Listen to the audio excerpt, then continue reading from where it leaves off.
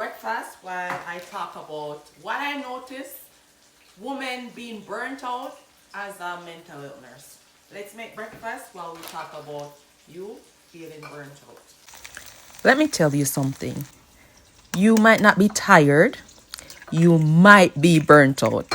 And the scary part is, it doesn't always look like you're falling apart.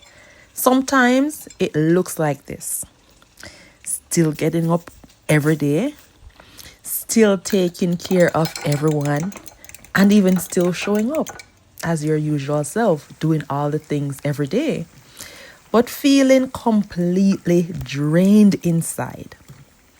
Here are some signs. You wake up tired even after a full night's rest. Little things start to feel overwhelming.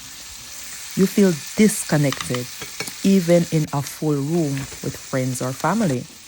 And deep down, you know something needs to change. But you don't even know where to start. Sis, I've been there. And I know how heavy that season can feel. Sometimes you don't need to push harder.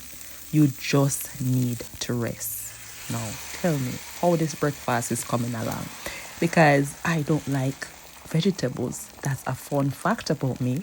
But now I'm trying to incorporate healthier lifestyle to reset my life and to thrive from burnout.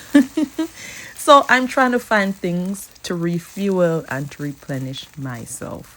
While I'm not going to push harder, I'm resting in between.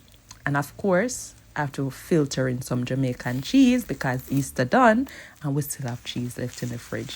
Now, this was some overnight fried boiled dumplings with fried banana and yam. You know the Jamaican vibes, the good old Jamaican breakfast. If you would enjoy a plate like this, let me know. By the way, let me know about how you're feeling.